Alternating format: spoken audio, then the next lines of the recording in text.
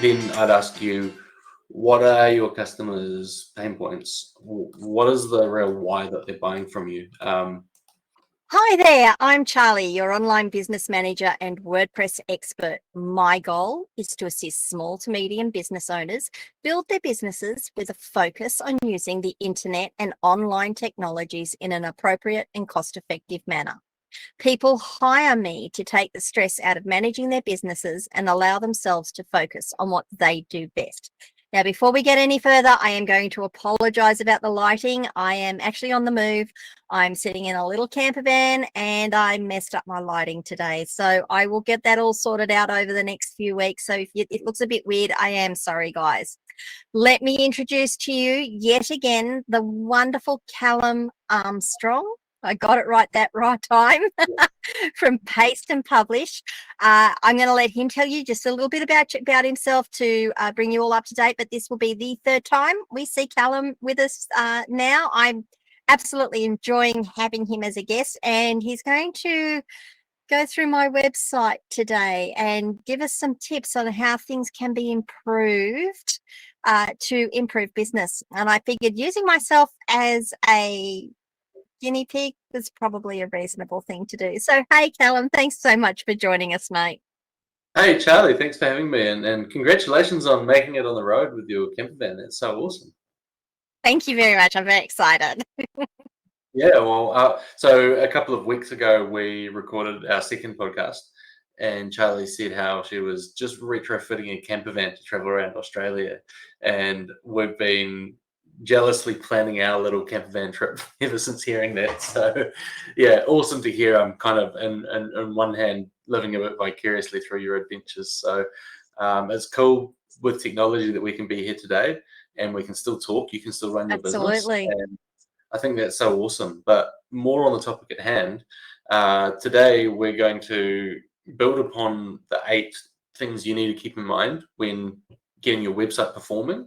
And we're going to put that into practice today by taking a look at Charlie's website and seeing what she's doing well, where there's a bit of room for improvement. And hopefully by listening to this, you can come away with some practical actions and ideas that you can test on your website straight after you finish listening to this. So how does that sound? It sounds fantastic. And what I want to also offer while we're going through this, I know we pre-record these. I will have Callum back on as a guest if he wants to come back on. We have a great time together is one of the things I'm going to say. But if you have things that you would like us to talk about, if you hear something Callum's talking about today and go, gee, I really want to know more about that, drop us a note, put a comment on one of the videos that's going up or on one of the podcast channels that's going up. We will see them all. Or get in touch via my website, via my chat, whatever, and just let us know what you'd like to hear us talk more about, because he's got a wealth of knowledge and I've got, well, I'm just old, so I've got a lot of experience. There we go. All right, Callum, so let's go through it. I think the best thing we're going to do is just recap the 8 things to improve your website, and then you can get into it. Cool. So just a quick helicopter view of what we covered last time. There were 8 tips that we looked into to get your website performing better. Those were, firstly, ask what's in it for me, the magical question that every website should answer. People who are spending their precious time on your website are not doing it because they're curious about you. 99.99% of the time, it's because they want to do something for themselves. So if you're solving a problem for your audience, make that really clear and really obvious. Speak to their language. For example, if you're sharing testimonials, you can say, here's what our happy customers say about us. Or you can say something like, want results like these people. Same thing you're saying. You're just framing it in what's in it for me.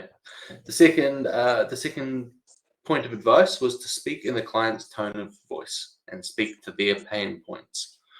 Look, I don't really like talking to robots that aren't pretending not to be robots. I don't like it when someone goes, to which it is a great day, my honor of sir, to speak with you. And I'd rather someone just say, hey, mate, how are you doing? And it's the same with your customers, right? You might be in a very formal, very professional industry, in which case you probably need to be a lot more formal and professional. But don't treat that the voice of the way you're communicating online should necessarily be any different to the way you communicate offline. That's the second tip. The third tip is about above the fold content. So by above the fold, we're talking about when your page first loads on your computer or on your mobile, what do you see? What are the logos, images, text? And out of everyone that visits your website, the most people are going to see your above the fold content than any other part of your website. As you start moving down the page, people start dropping off and leaving. And so you really want to get the key message into that first glimpse. And so the third tip is to really pack your value into the above the fold content so that you can hook people and move them through to doing business with you, or at least wanting to. The fourth tip is to make the customer journey obvious. Have you ever been on a page or on a website where they share a whole lot of good information, you think, okay, maybe I'm interested, but they don't make it clear how to actually take the next step? Do you want them to go to your contact page and get in touch? Do you want them to pick up the phone and call you? Do you want them to fill in the form at the bottom of your page? If it's a blog, do you want them to read another blog or download a lead magnet or some kind of ebook or template of download? Do you want them to take a free trial if it's your software? It's just a matter of understanding what the next step in the journey of your ideal customer to buy from you is when they're on a specific page, and make that clear, make that obvious. We'll share some tips on how to as we get into it, but that's the key point. The fifth point is you got to share your customers' love. So people trust people like them more than they trust you. That's quite a mouthful, but it's essentially. Sorry, can you say that again? Say that again. People trust people like them more than they trust you. So if I am looking to go to a restaurant and they say, we've got the best ribs in town, I'm like, yeah, sure, you just want my sale. If I see 20 reviews saying they've got the best ribs in town, then I'm probably going to believe it. So it's the same with your customers. If you have lots of happy customers, get them to share their testimonials, do case studies about them, and put that on your website.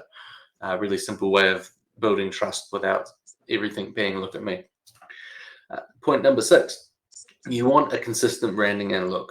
Most businesses and most websites are good at this, but there is the odd one where you have 4 different fonts on a page, different font sizes that don't really match up.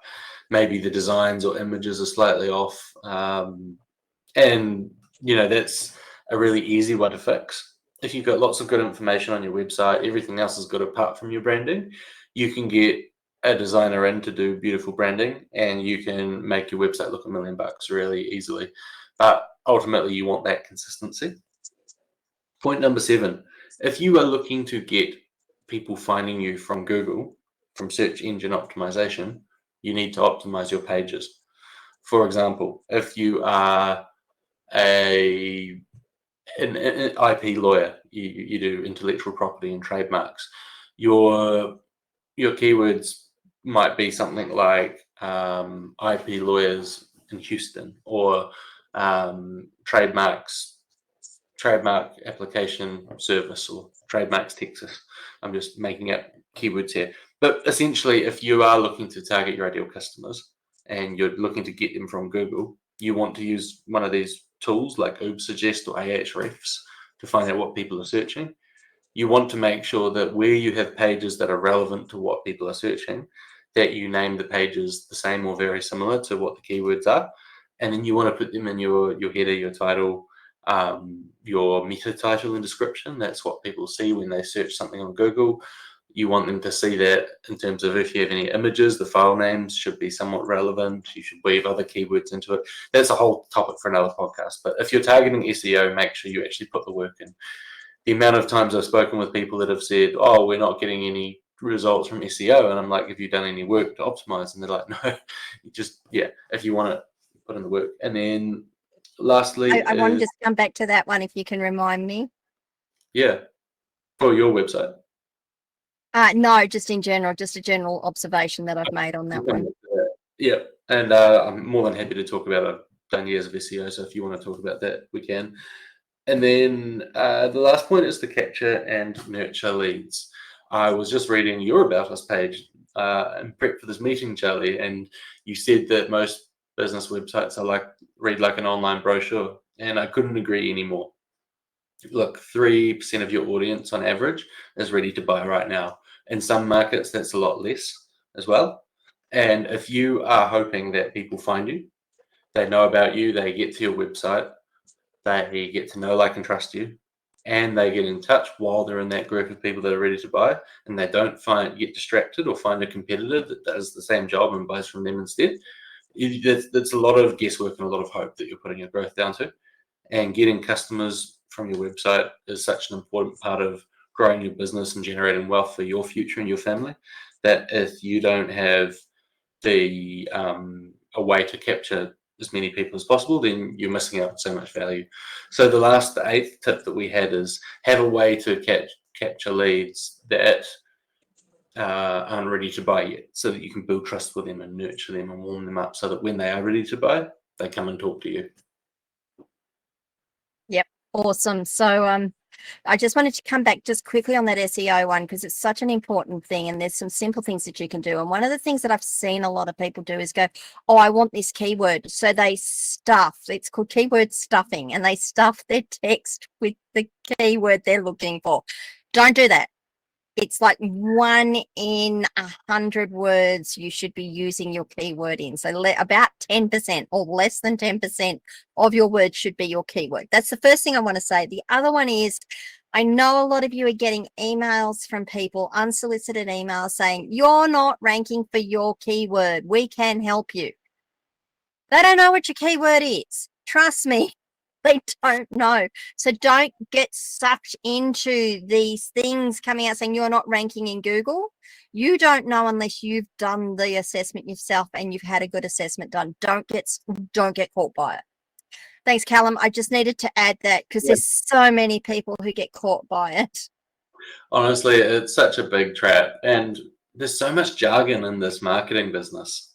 And it's such an important part of your average small to medium sized business these days, and keeping your lights on and growing, that there's a lot of people that prey on it. But also, I think it's so much easier to reach people these days. Like, if you're wanting to sell your SEO services, you set up 1,000 fake Gmail accounts, you set all the respond tos to wherever you want them to go, you then send out 10,000 emails from each one. Obviously, it's a bit more complex than this. Then you've got a million people that you've contacted, or 10 million people that you've contacted. Look, if 0.00001% buy, well, the amount of effort it took you to interrupt them was so little that now you've got a successful business. That doesn't mean it's good for you as the business owner to get their services. People are constantly saying, hey, we can do SEO for like $200 a month. I'm like, no, you can't. Because it doesn't you can. You're not doing a great job, but you can. No. And with a lot of these things, it's almost like you're better off doing little bits here and there, or not, or doing it properly, but there's almost no point going halfway. I guess you can go halfway with SEO and still get a good job done, to be fair. There's good basics that you can put in place that don't cost you a lot of money to do. And that's the point that we're both trying to make, is that you do that, and then if you want to go further, but do the whole hog. When you go to the next step, it's got to be the whole hog. Yeah. And I don't want to go too far off track on this, but just to quickly touch on SEO, so that there's a bit of context if you're thinking about it. Remember that search engines like Google are in the business of selling people advertising. So they want people to come and search for answers to their questions 10 times a day, every day, for the rest of their lives. Because then every single time they search, there's an opportunity to show adverts from businesses that want to sell to you. And that's how Google works. So Google's incentive is to give you the right answers as quickly as possible, and serve you well and fast with high quality information, so that you come back, and also to keep as much of that on their page as possible, so that they can continue selling to you. So there's 4 ways that Google does this. One is on page. So this is putting your keywords in the titles, making your content the most valuable for people searching for that keyword, the right intentions, etc. You then have off-page SEO. So Google can't tell that you're credible just because you're a credible name. They have to look at data. So their algorithms look at which other sites link to you, and where do they link to you, what text is it linked from, and this gives them a hint of how credible you are. So for example, if you are being linked to by the biggest names in your industry, then that's a sign that you're highly credible. If you're linked to by really low quality spammy links and really non-credible stuff, then you'll lose your rankings for the keywords you're targeting at a basic level. And so a lot of these really cheap cold outreach SEO providers will just put lots of spammy links in and say, look, we got you 1,000 links, even though it doesn't really do anything. And then the other two types of SEO, which are kind of intertwined, is technical, so speeding up your website's loading speed because people don't want to sit around waiting. And then also content creation, which is helping you to show up for new keywords by providing value to people in different areas. Sorry, a bit of a tangent there, but just in case people are wondering, there's a bit of there is quite a beast to SEO, and if you are going to do it at a low cost or a low effort, or just ticking off the basics, typically you would be doing on-page SEO. So you would be looking at, for my services pages, for my homepage, and any other key sales pages, what are the keywords people are searching to find this? And then you would also be looking at, if you've got a bit more time, publishing content to target other relevant keywords. Any more than that, and you really want to be having a dedicated SEO resource. Absolutely, but we will cover more of that later. That like Callum said, it's an entire topic all on its. In fact, it's probably several topics all on its own. So shall we move on? Because I know both of our time is a little limited at the moment, but we'll go as long as we need to. I'm just really aware that our time is limited. Okay, cool. Let's jump in. Sorry about that, Charlie. No, fine. I love it. It's great. Okay, so I'm going to share my screen. I'm going to go through these 8 tips and look at what's working on your website. And I can almost guarantee I'll miss something, but I'll show you what I'm looking at right now, and this will help you to see what perfect, what you can do on your website as well. Now, I am going to preface all of this with, like an electrician's lights, a web designer's website is never finished. And none of this is all constructive. It's just to help you. So the first thing I notice is when I land on the homepage, you have an exit intent pop-up set up so that when I hover over the exit bar or I leave it for, I think it's about 20 or 30 seconds, I get this pop-up saying, before you go, we'd love to stay in touch and provide great hints and tips to help your online business grow. Even more success, you will also receive our top 12 tips for business guide. So I would say it's great that you're capturing leads. That was the 8th point we made about capturing leads and nurturing them. However, I would look at how you deliver this. So you've got a few different things you're asking people here. You want to stay in touch, you want to provide great hints and tips, and you want to give them an ebook, and you want them to sign up. So I'd say, can you cut this back to 1 or 2 asks? So for example, people are coming to your website because they have a problem with their online marketing, their online systems. So can you make this more specific, like top 12 marketing and systems tips? Yes. That are actionable. You'd actually mentioned that to me when we first met, and I haven't quite got there. Yes. So, I do remember these things occasionally. And I take this out, and I'd probably say, before you go, sounds more like, well, I want your email. How can you make this what's in it for me? So you might change just the title and a bit of the structure of the content to say something like, 12 ways to get more customers and make your website perform better for small to medium business. That's a long word. You'd have to figure out something a bit more well worded there, but do that. And I'd say, I'd also say, well, how many emails am I getting? Am I signing up for the rest of my life? Can you say something here like unsubscribe anytime you will receive communications from us? So fair. And then where you place it, I tend to find people will often put the lead magnet form on their homepage, but the vast majority of people landing on your homepage right now are probably not going to buy from you, or they need more nurturing. So could you say, we will make the pop-up if they scroll more than a third or more than a half of the page. Yep, I can do that with that pop-up. And the content, because when someone first lands on the homepage, they're not, unless they're already aware of you, they're probably not going to be looking. There we go. Can you see me? Could you see that video before? Yeah, I did. Oh, okay, sorry. Awesome. So that's okay. The first point. And then as we get onto the homepage, I think it's good. You've got a lot of good ways for people to reach you. They can call you, they can book a consultation, they can chat with you, they can call you, they can reach you on all of these areas. I can see that you do online business management, that you're here to assist small to medium business owners use the power of internet as an avenue to market their organizations, and you refine their processes, plan and build their web presence. And I can see that I'm in good hands.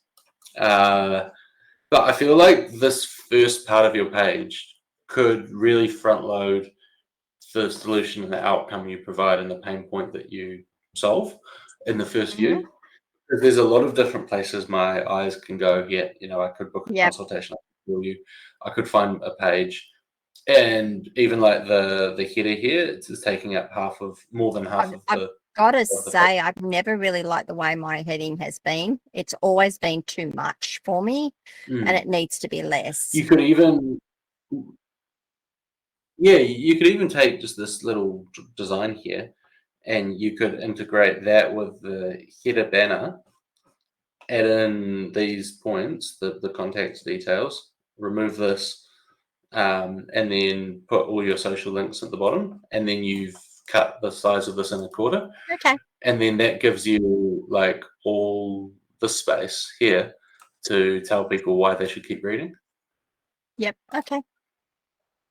So then you can, on that spot, then I'd ask you, what are your customers' pain points? What is the real why that they're buying from you? Like if you thought about some conversations you've had in the last 6 months with your customers, and you were saying when someone talks about you that's a really happy customer, how do they say what you do, and how do they explain the value that it means for them, Charly? Yeah, that's a really good question, Callum. Their pain points are, we need to get our website presence done. We want to reduce the just the noise that goes along with creating a website, managing your hosting, getting your email going. We just need a partner to work with. Right. So they want someone to manage it for them rather than having to project manage everything themselves? Pretty much, yeah. Okay. So what's the pain point in that?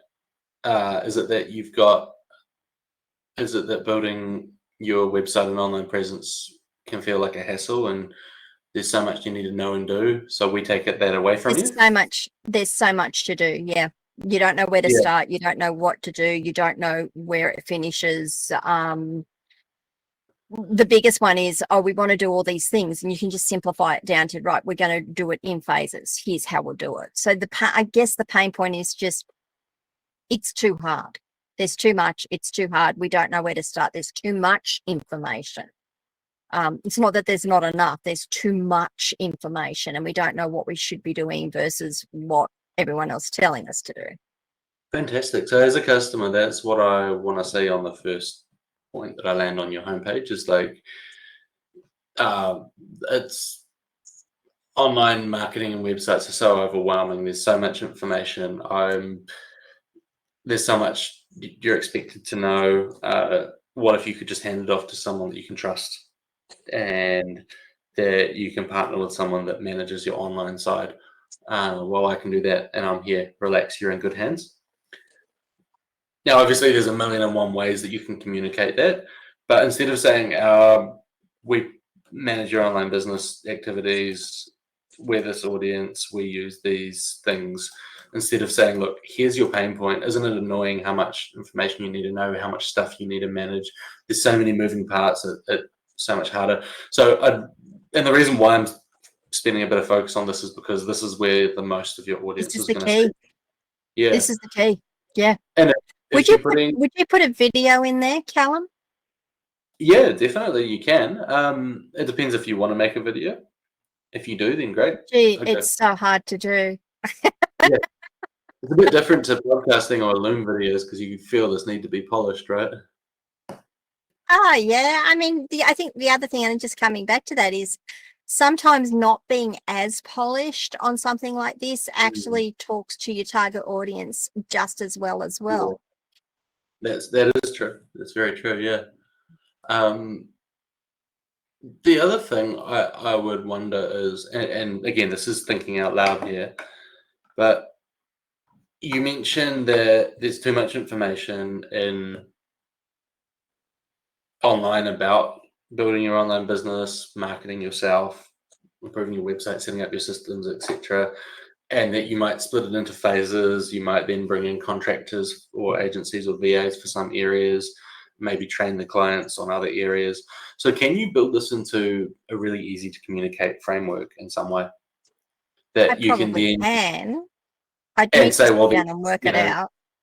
our 3-step process, you can brainstorm that out. I'm happy to provide some help off this call if you like, but like if you can say, well, look, there's a few steps to getting from your pain point to where I get you to, and here's the steps, and then you align your services around that, then when someone lands on your website, it's going to be so much easier for them to grasp what you do, the journey you take them on, how it works, and why they should work with you. Awesome. And then that fixes up that services block down the bottom there. Yeah, exactly. And you might then link to your service pages. I'm building a client's website at the moment, and they have, I think, 7 or 8 different service offerings that are all very technical, very complex, but they fit within 3 stages in their framework. They clean up like contaminated land. So they'll say, well, first we need to identify what's wrong, and then we need to quantify the cost and put the plan in place. Then we need to rectify it and get it rolled out. So we're able to take this really super complex topic and very science heavy and jargon rich and turn it into, are you at the stage of identifying, resourcing it or actually doing it? And then that puts every other service they provide in a context that a 5-year-old can understand.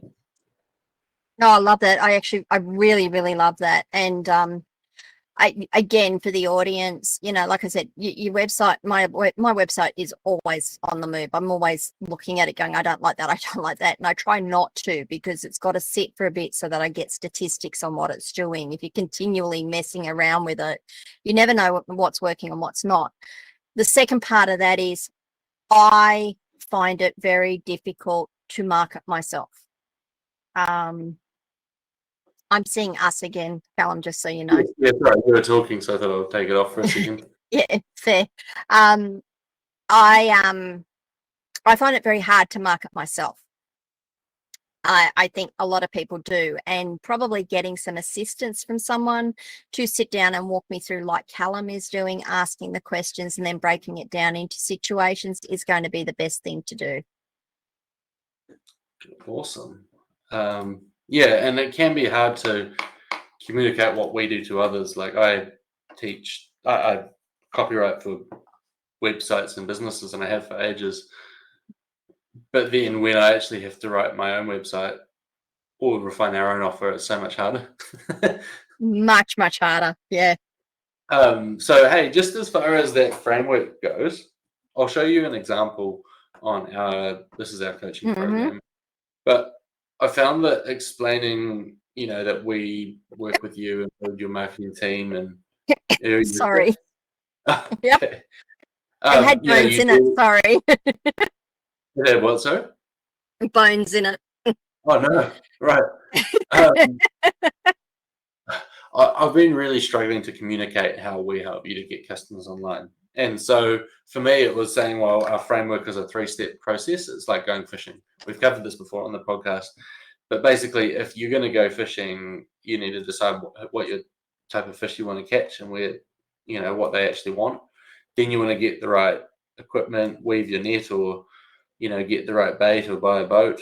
And then you want to go out fishing and test different things and double down on what works. So marketing's the same. So we'll work with you to get your messaging right for your ideal customer, improve their website, their lead magnet, their automated emails, etc., and then we'll get you in front of people. And so then we can say, well, hey, our coaching program is doing this. Our stage 1 offer is these first 2 steps, and our stage 2 offer is the last step. So then that takes what was a really complicated thing to talk about into something that's a really simple framework. Yep. And I love find that in more strategic solutions like what you do, it is a great way to communicate simply. And there doesn't have to be any specific framework with studies and books on it. It's just a communication tool to help people understand.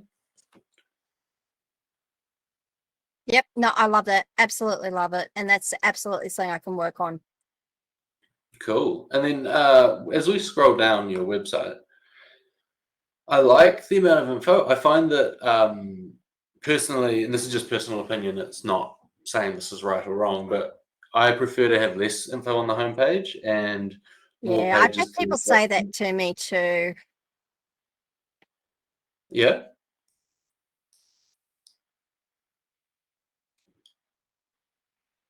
Oh, you there? Yeah, I'm here. Sorry, I'm here.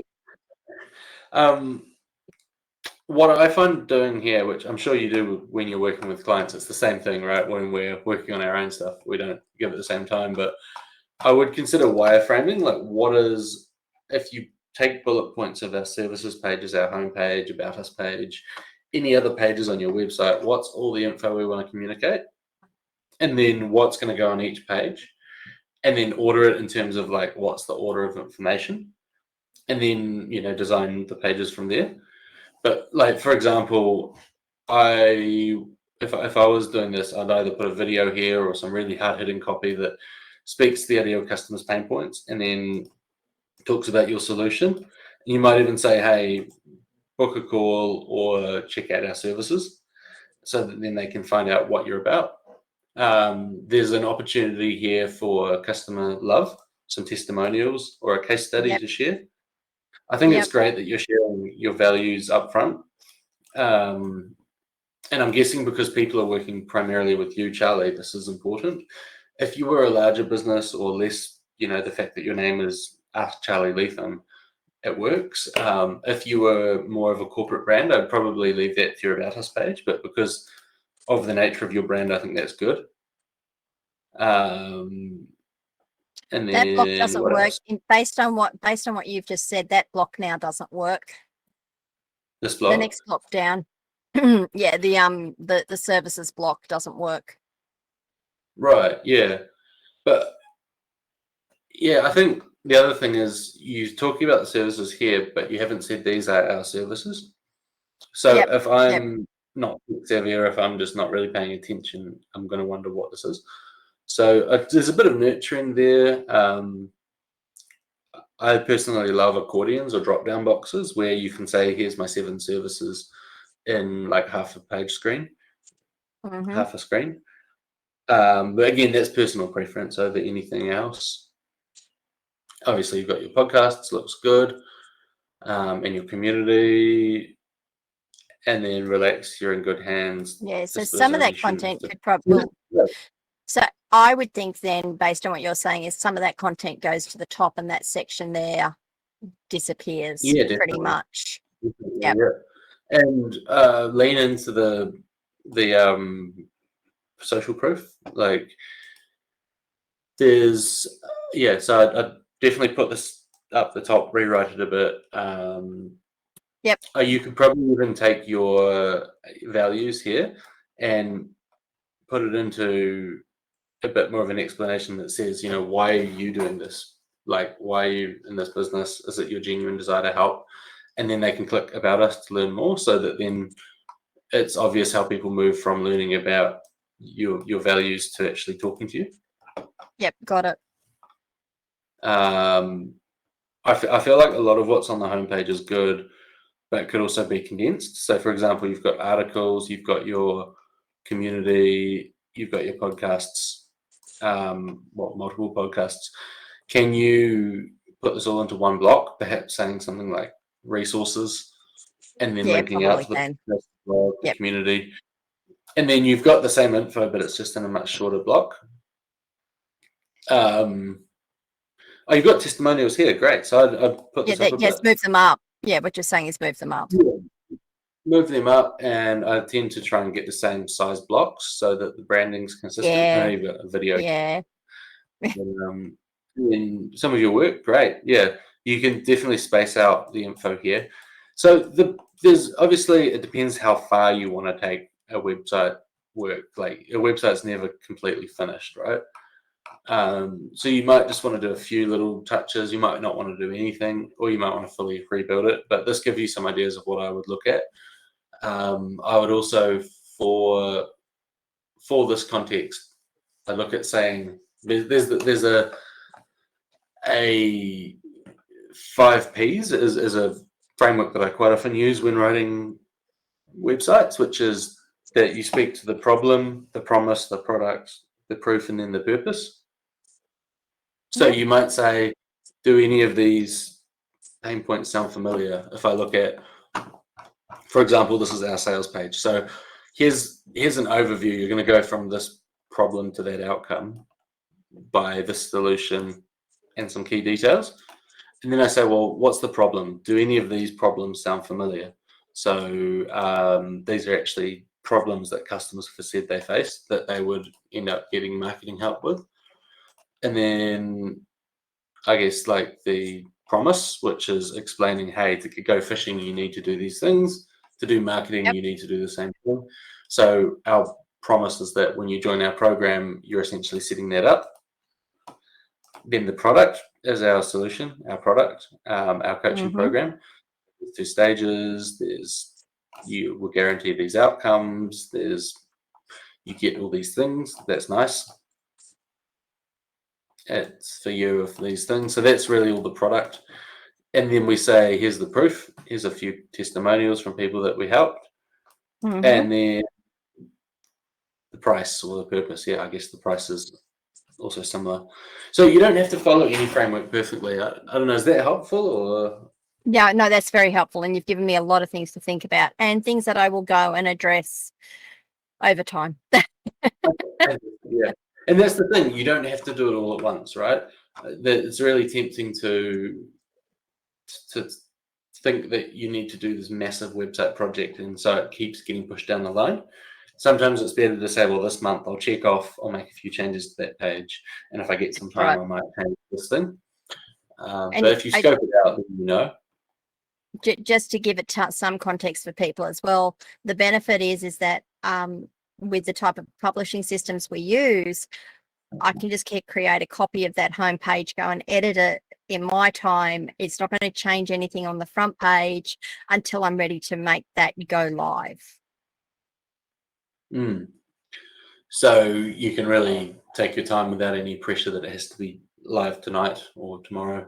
That's right. Yeah. And then, I can make it public so I can get people to review it and check text and check context and all of that. And then, yep, I'm ready for that to go live. Now it's going live, and just publish it, remove the old one. I'm good to go. Fantastic. So moving on to the About page. I like this, but I think you've got some really good information here. Your awards are great, how you can help, etc. However, people are skim readers. People have a short attention span. We're like fish these days. Hence why we're going fishing. So can you break this information out into subtitles, into bullet points, into maybe probably can. Yeah. Same info, it just makes it easier for people to skim to what's in it for me, what are the key points. Good that you got your team here, that's nice. Yeah. So then what's next? Your services pages. I noticed that you've got the similar page template or page shape for each one. So you've got your pain point that you're targeting. I like to try and do that so that it keeps it consistent for people. So when they go to the page, the information's in the same place. I like to try that anyway. Awesome. So it's mostly the same, right? Some of them are a bit different, but I try to keep it very, very similar. And then sometimes I found a new template, so I'm going to put that on this one. I like this template, but I don't go back and redo the others. Again, Yeah. you do what you can as you do it. Yeah, exactly. Unless you want it to be a huge project that ends up costing time and lots of time and money, you kind of do it. So hosting is So, a little different page. oh yeah, right, okay. And Is that then the technical page? email service provision, yeah, 3CX. So what I find on service pages are we're very quick to talk about the features and the specifications. And across most industries, we'll do that. And if people want specifications, they're going to find them either by asking you or by looking online. And it might be that it's right for your service page, but quite often, like when we're buying, even if we're in a B2B transactional context, there's always an emotion or a pain point that we're solving. So it's better to speak to the pain points and benefits and outcomes than the services. So, for example, if we come to, I guess the web hosting is a bit different, right? Web hosting is probably a good one. Okay, we'll take a look at that. So web hosting, we're saying again above the fold. Web hosting, we There's offer not enough. It's all pushing down too far. Yep. Yeah. So why should people get web hosting off you instead of going to, I don't know, Bluehost or A2Host themselves, or just using what's ever built into their CMS or going somewhere else? Like what is the reason for going for you over someone else? Yeah. Okay. So you're asking me that question, so I'm going to answer. It's mostly because I give them a system that can be tailored within reason to their own requirements. I know I say I offer shared hosting, and I do offer shared hosting, and that becomes very limited. But once they get to a point of now I'm running my own business, I've got to have a website that works. Every website uses a different amount of, I'm sorry, I'm using a lot of words, but every website uses a different amount of resources. You've got to tune the PHP, you've got to tune the MySQL, you've got to make sure the HTML is running properly. So by coming to me, I will put you on one of the VPS plans, and then we work with your server. It's your server. You don't share that with anyone. You don't have any reputation issues by sharing it with anyone. And we can actually get in and make tweaks on your website, on the server itself, so that your website runs better, pretty much. Right. I started it because I got so annoyed with going to a hosting company and saying, we need this tweaked so this process will run better. And they're like, well, that's not what we do on our servers. That's not our offering. So I'm very boutique in that respect, which means I don't have a lot of clients, and I won't have a lot of clients because I am very boutique in that respect. Awesome. Well, that's perfect. So let's just put that on your service page. So I'll do that. I'll take this recording and type it out. So I'd start with, well, web hosting. Do I even need web hosting in the first place? And why should I, do I even need web hosting? What does it mean? If that's what your customers are asking you, like, are your customers technical people that are savvy at this stuff, or are they people that it's not their area of expertise and they say, look, just look after it for me? Actually, when I first put that page up, it was more to address the market where they were looking for an alternative to a web host. They were having trouble with their web hosting. So I get some of those come to me because they're sent to me because she'll help you. If you're having trouble with your hosting provider, Charly will help you. But now I'm getting more people go, look, we don't care. We'll just go with what you say. We want something that works, and we don't want the hassle that goes with it. And my price point is not so different that people are gasping at it either. I've tried to keep it as cost effective as possible. Yeah, it's not bad for a dedicated VPS. Yeah. So yeah, it's only a small one. That's only a small one, but it works. That's decent. So here, what I would say is, oh, sorry, you go. Go on. No, you go. You're fine. Sorry, I'm going to have some water. It's a little warm in here. Fair enough. So here, what I'd say is, what's the problem? Like you said, web hosting, once you pull back the hood on your web hosting provider, it's not all of it. There are some common issues that our service solves. For example, hosting providers, like where we're constantly finding that they couldn't do the customizations needed. And there's also SEO risks of being on a slow or non-dedicated server with, credibility issues and slow loading speeds. And I'd say, can you list down all the problems? But like, have you experienced any of these? We can solve it. The promise, our web hosting, we only look after a few clients at a time. It's fast servers, dedicated, almost fully customizable depending on your needs. And what does this mean for you as the customer? So does this mean that because of this, you can run your super custom Shopify store? Does it mean that you're going to get better ranks on Google because you're loading faster? Does it mean that you're able to host your app or host what does it mean for the customer? So I put that in the promise. And then as far as the hosting service, we take security service seriously. These things, like, that's the promise of what you do. Yep.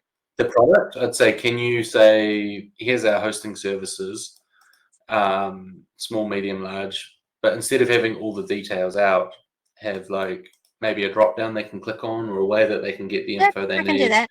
Absolutely. That's easy to do. And I'd ask, do your customers know what this stuff is? Like, are the people that are reading this real buyers, or do they need to know this stuff? If they do, great, leave it on. If they don't, my gut feel is they'll want it because that's what everyone else gives them. So they'll get down to doing an apples for apples. I would love to be proved wrong on it, but I think that's my gut feel is yes. But if I put it into a drop down, so it's a concertina, then that's much better. Yeah, I mean, what you could do is put Microsoft Clarity or Hotjar or heat mapping software on your website, and then just observe how people are using it for the next few months. And then if everyone's scrolling past it, then you can do that. If everyone's clicking on every line, then maybe don't. Yep, I can do that. Cool. Yeah, so then, you probably want some customer proof. What are other people saying about it, if you can get that? And then, where do I get in touch? How do I book? So we've covered a few service pages. We've covered the about page, the home page. Do you want me to go through the rest of the pages, or how would you like to do that? I think that's perfect, to be honest, because you're just going to be covering the same sorts of things. Yeah. I think. Okay. You've certainly given me a lot to think about. The biggest thing that I get out of that is that header is too big, and I don't have my call to action high enough on the page. I certainly am not answering the question of what's in it for me. And that's probably the three biggest things I'm going to take from all of this today, and go and work on those three big things, because those three big things are the things that are going to make the most difference. Yeah. Yeah, definitely. But I'd also say your website's pretty good. Like, it's. Oh, thank you. It's not like there's major red flags or anything, but there's always room to improve. So I definitely look at those things and speak to your customer's voice. Like, how do they talk to you? How, relay some of your conversations and then weave that essence into your copy. And then when people read it, it speaks a lot more to what they actually care about than, and like I said, I think it's pretty good, but there is always room for improvement. Oh, you're wonderful. You're so kind. All right. Well, look, so just taking out of this, if you can just, I know you've just sort of summarized it. What's the one thing we always do this? What's the one thing you want people to take away from today's discussion? So, think about your customers when you're building your website and when you're reviewing it. What's in it for me?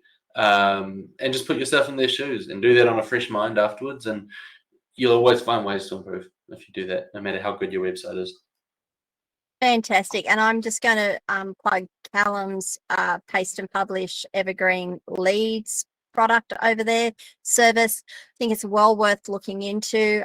You've seen some of what he can do for you just by his discussion here with me today. I am going to remind you all, I'm going to bring up my notes here, to come and join me on my locals community. Being a business owner can be tough. Being a business owner who works remotely can get lonely and frustrating. That's why I started my locals community, a community for business owners that could be a bit like the water cooler of old. Treat my locals community as a place where you not only get to interact with me, but with each other. You can gain inspiration, provide inspiration, ask for advice, give advice. And of course, as members, you'll be able to ask questions of myself and anyone else on there as well. Ask charlyleetham.locals.com. Secondly, remember to like this video, subscribe to my channels, and ring the notification bells to get reminders of when new content drops. I do podcasts, I do tutorials, and I have my daily inspirations going out now to all my social media. So you should be able to pick them up on my social media every morning around 8 a.m. Australian Eastern Standard Time. They go out.